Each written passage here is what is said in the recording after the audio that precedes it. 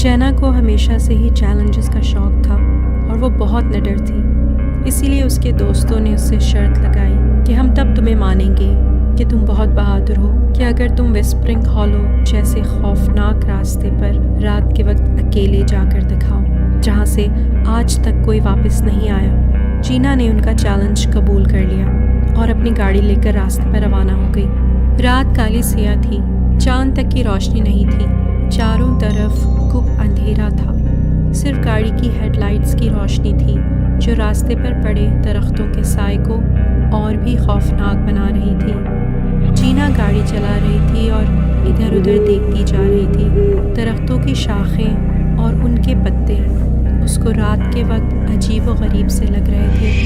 हवा की आवाज़ें जब दरख्तों के दरमियान से गुजर कर आ रही थी तो ऐसा लग रहा था कि बहुत सारी रूहें आपस में बातें कर रही हैं। ये आवाज़ें सुनकर वो और भी खौफ में मुब्तला हो रही थी और रास्ता था कि ख़त्म होने में ही नहीं आ रहा था। रास्ते के दोनों तरफ एक भी साइन बोर्ड नहीं था। उसे समझ नहीं आ रही थी कि वो गाड़ी को किस तरफ मोड़े। इसी दौरान वो ये भी सोच रही थी कि लोग किस तरह यहाँ आते हैं और फंस जाते हैं, कोई वापस नहीं लौटता।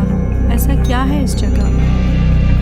अचानक से उसका रेडियो बजने लगा जो कि काफ़ी टाइम से ख़राब था और उसमें से अजीब सी आवाज़ें आना शुरू हो गई, जैसे कि उसे कोई कुछ बताने की कोशिश कर रहा है कि वो आवाज़ उसे क्या मैसेज देना चाह रही थी। और उस मैसेज को सुन के उसके जिस्म में कपकपी सी तारी हो गई। वो आवाज़ उससे कह रही थी कि वो यहाँ से वापस चली जाए, मगर जीना फिर भी गाड़ी चलाती रही।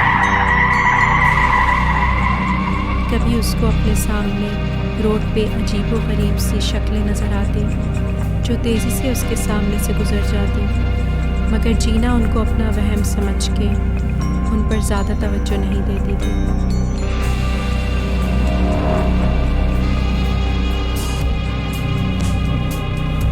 अचानक से एक ख़तरनाक मोड़ पे जीना ने तेज़ी से गाड़ी मोड़ी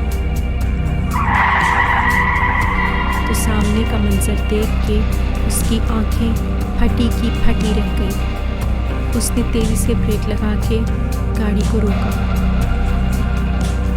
पे सामने एक लड़की खड़ी थी, बिल्कुल अकेली। उसके काले काले लंबे बाल उसके चेहरे पे पड़े हुए थे। वो लड़की जीना की तरफ अपनी खाली आँखों से घूर रही थी और जीना के जिस्म में उसको देख के जैसे खून जम सा गया हो।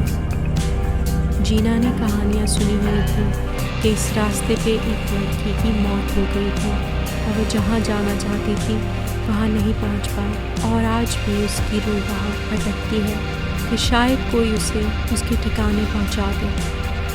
जीना ने हिम्मत करके उस लड़की से बात करने की कोशिश की। क्या आपको मदद की ज़रूरत है?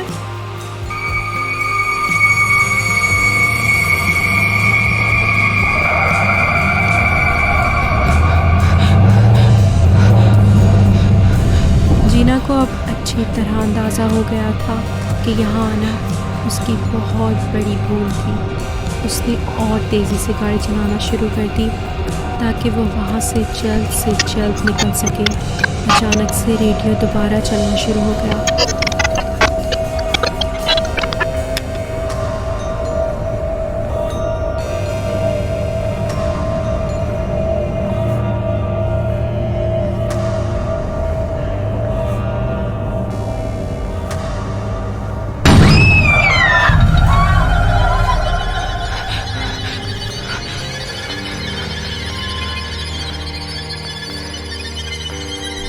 मुझे लगता है कि बस एक और मील का सफ़र रह गया है, फिर मैं अपने घर जा सकूंगी और दोबारा कभी यहाँ का रुख नहीं करूंगी। वापस चली जाओ।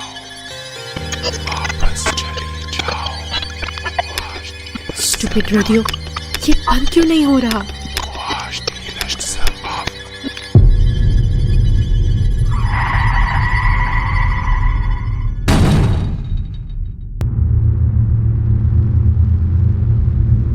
बिल्कुल वैसे ही जैसे और लोग इस खौफनाक रास्ते पर गए और कभी वापस नहीं आए।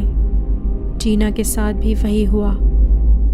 वो वहाँ से कभी वापस नहीं आई और किसी को नहीं पता कि उसके साथ वहाँ क्या हुआ।